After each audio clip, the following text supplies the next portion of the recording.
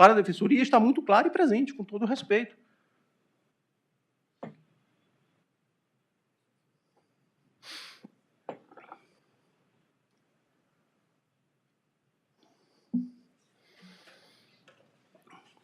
Além do mais, segundo a sistemática do nosso Código de Processo Penal, né, que busca evitar, com reconhecimento imediato, das situações que ensejam o impedimento, né, é evitar que o próprio julgador, isso aí ocorreu quando do julgamento do recebimento da denúncia, o próprio julgador que se está imputando o seu impedimento para exercer a jurisdição, ao proferir voto, se manifestou sobre os elementos que estavam sendo a indicar a sua impossibilidade de exercer a jurisdição. E é isso que o Código de Processo Penal, atendendo os princípios constitucionais lá do devido processo legal, garantidor dos direitos fundamentais, você está impedido, ele não poderia sequer exercer essa jurisdição para dizer no seu voto que não estaria. Porque aqui não importa se no íntimo do julgador ele se sinta apto a julgar. Ele fala, não, essas coações, essas situações todas, não afetou a minha capacidade, da minha imparcialidade. O Código de Processo Penal se antecipa a isso, ele não quer nem saber se o julgador está apto. Ele diz circunstâncias fáticas, objetivas, afastam o julgador. Não precisa justificar. Isso aqui preserva, inclusive, o próprio magistrado.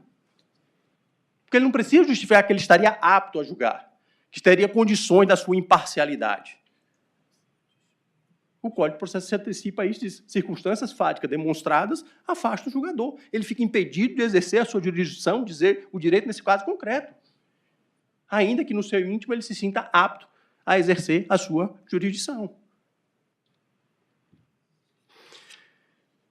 Então, por esse tópico específico, eu não sei, presidente, se o tempo está cronometrado de forma correta agora, só para a minha organização. Está. Vossa Excelência tem ainda 44 minutos. Agradeço, não usarei todo esse tempo, Excelência. E, em razão disso, a Defensoria pede encarecidamente um reexame da matéria da questão do impedimento. Passaremos, então, a outro tópico, Excelência, que diz respeito à citação, à carta rogatória e à questão do edital. Já antecipamos aqui como da recusa inicial da Defensoria Pública de ter atuado neste caso, mas em obediência e em respeito à jurisdição da Corte, o ministro relator entendeu que não, que ali estaria, no seu ver, corretamente aplicada a legislação e determinou o prosseguimento da atuação da Defensoria Pública da União neste caso. Passadas as oportunidades de impugnações pelos instrumentos jurídicos disponíveis, a Defensoria cumpriu, obedeceu a determinação judicial e está aqui presente, exercendo a defesa em favor do réu, mostrando um completo respeito às determinações emanadas por esta Corte.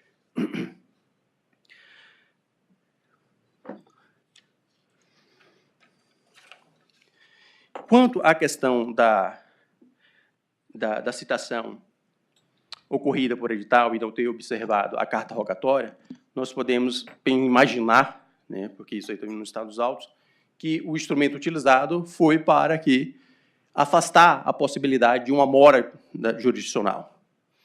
Isso porque o co-denunciado, Paulo Figueiredo, ele foi denunciado na PET 12.100. E o instrumento utilizado para a sua citação foi a carta rogatória e, salvo engano, até a presente data, não foi cumprida pela autoridade competente jurisdicional americana. Mas isso também não seria um fundamento para afastar a possibilidade da carta rogatória e fazer a citação por edital na visão da Defensoria. Até mesmo porque Brasil e Estados Unidos têm um tratado de cooperação jurídica judicial. Ou seja, temos ferramentas e instrumentos para dar efetivo cumprimento ao que está disposto na nossa legislação.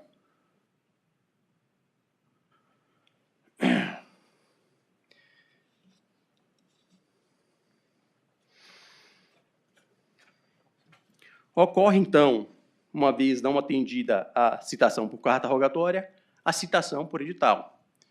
Publicado o regulamento do edital, com síntese dos elementos imputados pela Procuradoria-Geral da República ao denunciado, transcorre o prazo estabelecido na legislação e o réu não comparece e nem constitui advogado. Ora, Se o réu não comparece nem constitui advogado, o artigo 366 do Código de Processo Penal determina suspensão do processo e suspensão do prazo prescricional. A única permissão da atividade jurisdicional naquele processo, o próprio Código de Processo Penal diz: o juiz poderá determinar medidas cautelares urgentes, uma produção probatória que vai se esvair, vai se perder, ou decretar uma prisão preventiva, uma medida cautelar extrema. É a única exceção que faz do Código de Processo Penal. E aqui não se diga que, mas nós temos a Lei 8.038, temos o regimento interno que tem a força de lei ordinária. Por quê? Porque o próprio Supremo Tribunal Federal, o Pleno do Supremo Tribunal Federal, nos diz, no RHC 142608, que era o ministro ordinário, o ministro Edson Fachin, e o ministro para o acórdão é o ministro Dias Toffoli, o Pleno do Supremo Tribunal Federal nos diz que, permita-me a leitura, o Supremo Tribunal Federal tem assentado a prevalência das normas contidas no Código de Processo Penal em feitos criminais de sua competência originária, os quais, como se sabe, são regidos pela Lei 8.038 de 90. Essa decisão do Pleno do Supremo Tribunal Federal diz a prevalência das normas do processo penal sobre a legislação 8.038. Obviamente, se há uma prevalência sobre a Lei 8.038, obviamente há uma prevalência sobre as regras estabelecidas no regimento interno. Isso é uma dedução lógica que se faz da prevalência. E prevalência é o quê? Se sobrepõe às normas estabelecidas na Lei 8.038 e no regimento interno. É decisão do Pleno do Supremo Tribunal Federal, publicado em 19 de março de 2024. Ora, se há prevalência do Código de Processo Penal, nenhuma outra norma, na Lei 8.038 ou no regimento interno, poderia determinar uma continuidade dessa ação penal. Não poderia determinar a continuidade dessa ação penal. É contraproducente, inclusive, porque a defesa que irá atuar nesse processo, ainda que se tenha designado a Defensoria Pública para atuar, mas nós ficamos de mãos atadas. A possibilidade mínima de produção probatória. Por quê? Não tem uma entrevista, não se sabe sequer se o réu tem conhecimento efetivo das imputações que estão sendo feitas. Retirou do réu a oportunidade de se constituir advogado de sua confiança. Retirou do réu a possibilidade de exercer sua autodefesa no seu interrogatório e auxiliar a defesa na construção da defesa técnica. E a defensoria iria atuar, então, a defesa iria atuar apenas de critério formal do que foi trazido pelo Ministério Público? É contraproducente. É justamente essa cautela que o artigo 366 do Código de Processo Penal diz: está suspenso. Optou pelo edital, o efeito jurídico daí decorrente é a suspensão do processo. E nenhum outro ato jurisdicional deverá ser praticado, salvo produção de provas urgentes e decretação de uma prisão preventiva, se for o caso. E é isso que se insurge a defensoria. E aí, o segmento desse processo, para chegar até este momento, é nulidade. É nulidade. Se a decisão do Pleno do Supremo Tribunal Federal, que determina, né, a prevalência do Código de Processo Penal, tinha de se aplicar o artigo 366 na sua inteireza. Citou por edital, os efeitos são a suspensão do processo e do prazo prescricional. E aí entende a defensoria que há uma nulidade. Há uma nulidade a ser reconhecida e declarada por esta Corte com devida licença.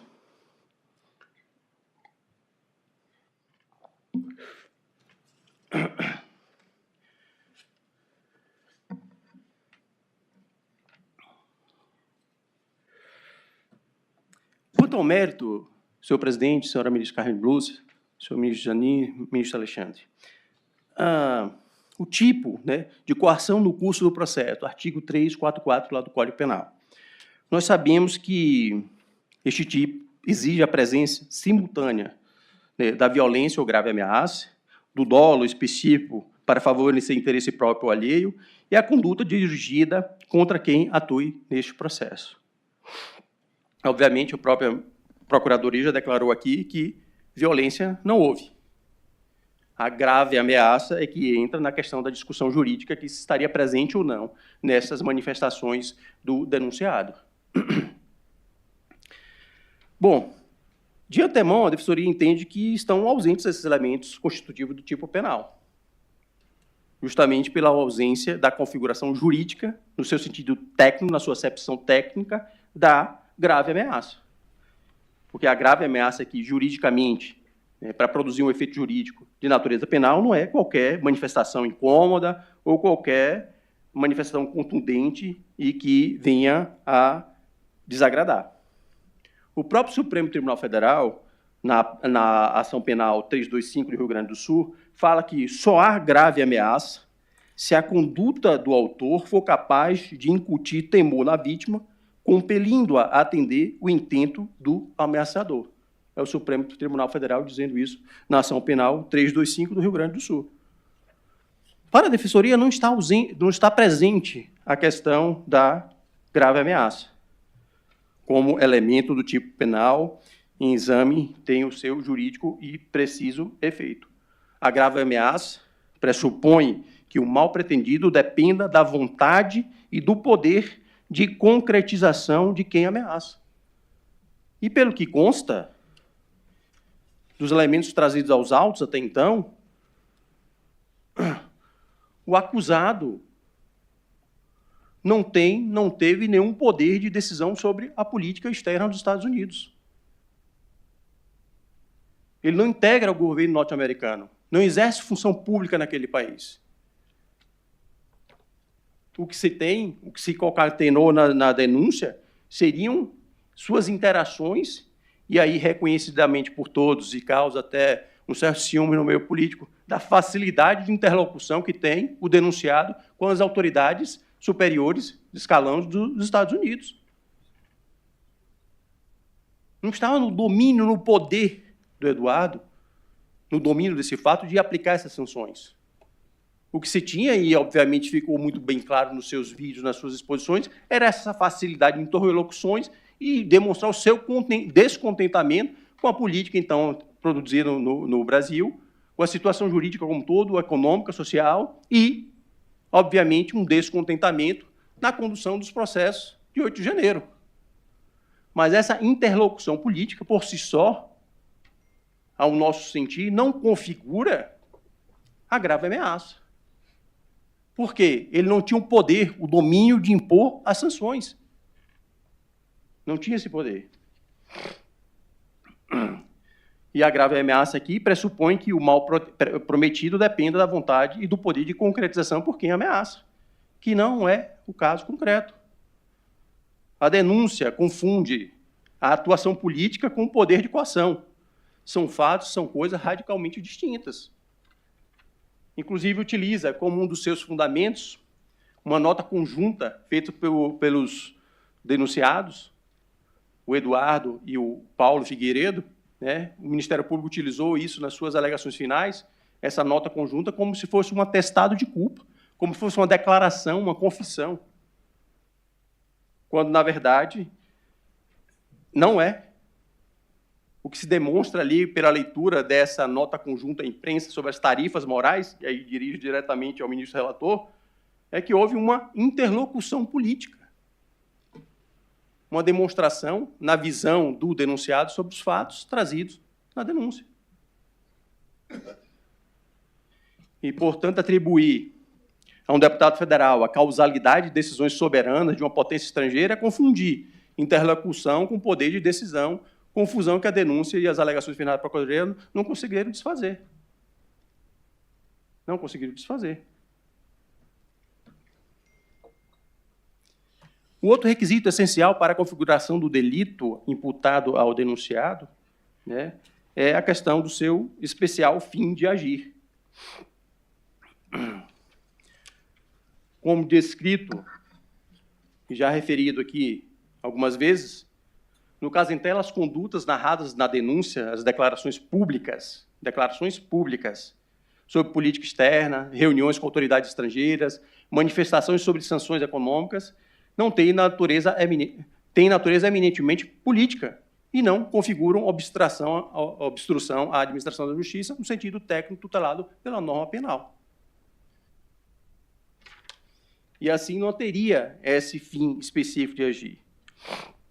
E a atribuição de dolo específico, né, a esse debate exigiria uma evidência concreta que demonstrasse que o acusado agiu com a finalidade precisa de intimidar e constranger autoridades para obter o resultado no processo, o que não é apresentado de forma suficiente pela denúncia, muito menos os elementos constantes nos autos.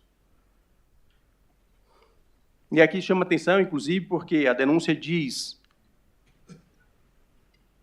que um dos intentos dos denunciados seria também acelerar a questão da aprovação no Congresso Nacional da legislação que trata da anistia, como se fosse mais um fundamento para essa coação. Nós sabemos do funcionamento dos parlamentos, por muitas vezes funcionam mediante pressões, né, ou da própria comunidade, de grupos específicos.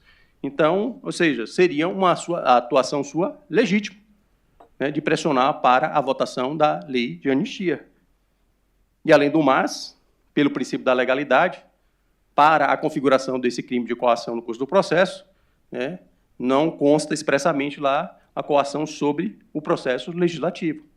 Por exemplo, portanto, pelo princípio da legalidade, né, estaria atípica também essa conduta em relação à sua vontade, o seu desejo de acelerar o julgamento da legislação acerca da anistia. Pois bem, de todos esses conjuntos aqui reduzidos e apresentados pela Procuradoria-Geral da República, né, nós vimos que há uma imputação de fatos praticados por um parlamentar enquanto estava no exercício do seu mandato.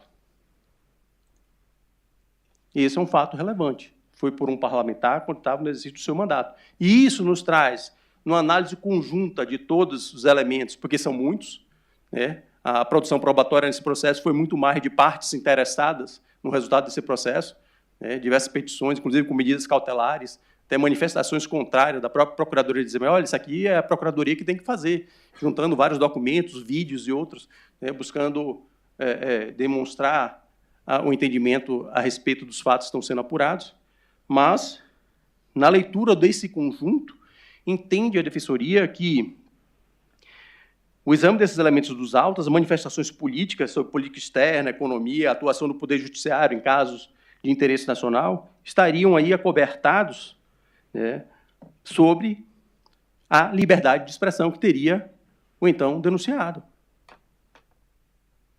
E essas manifestações de natureza política não poderão jamais ser consideradas infrações penais. As manifestações atribuídas, né, que versam política externa, relações entre o Brasil e os Estados Unidos, sobre processos judiciais de alta repercussão nacional, não descrevem, não elogiam, não incentivam a prática de nenhum crime.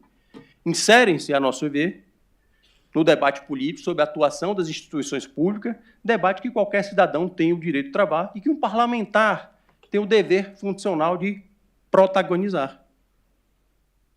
E isso nunca foi negado, dessa facilidade de interlocução, do seu descontentamento com a política, então, vigente no nosso território nacional, né, e público e declarado publicamente que iria levar ao conhecimento de autoridades estrangeiras que pudesse apoiar os seus intentos, o seu descontentamento, mas não direcionada publicamente de ameaças concretas e efetivas contra membros do Poder Judiciário.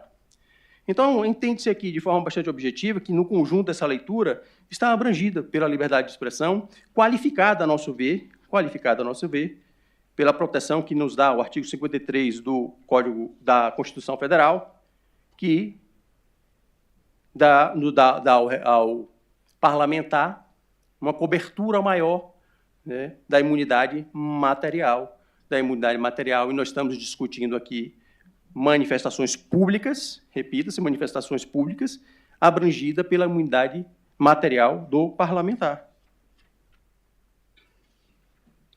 E por todas essas razões, Excelência, e aí eu caminho para a conclusão, no sentido de que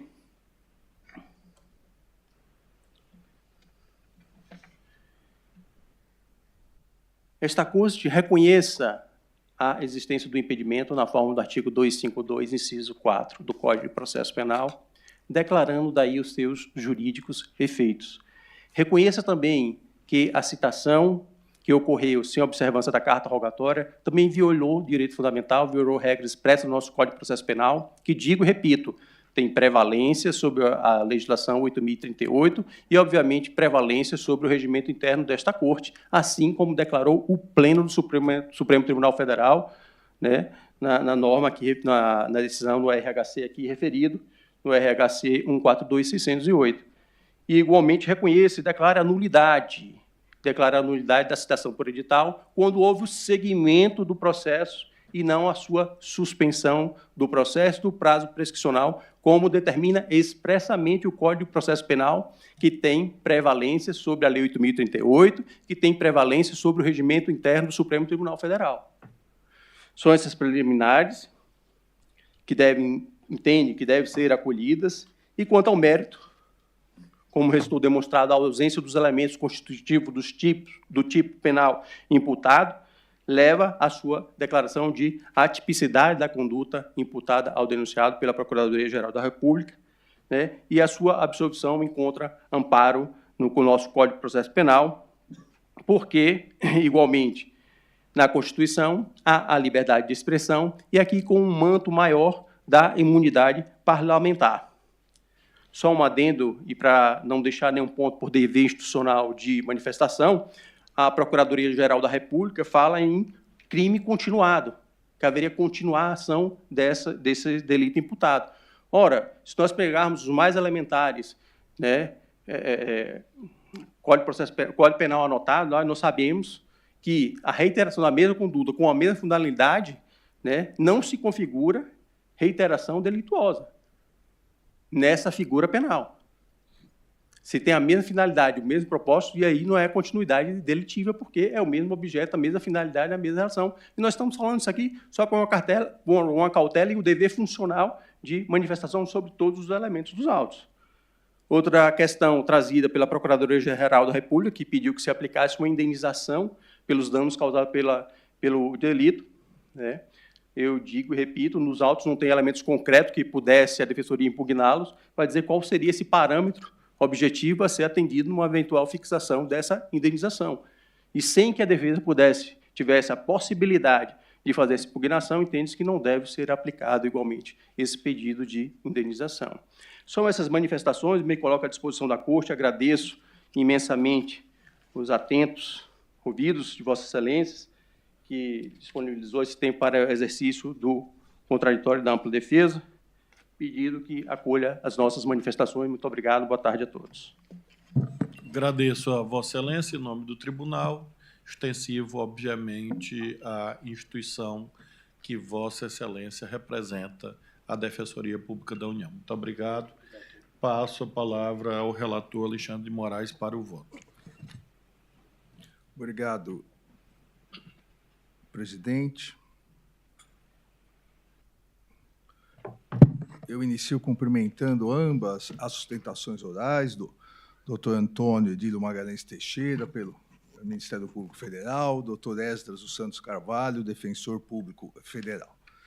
Presidente, eu vou rapidamente tratar das preliminares que já foram analisadas e depois da preliminar que foi levantada durante o processo e agora também da tribuna pelo defensor público. A questão da imparcialidade, a suspeição e impedimento, no momento do recebimento da denúncia, a turma afastou já por unanimidade. Da tribuna foi dito que foram aplicados precedentes de outros crimes, mas os fundamentos são os mesmos.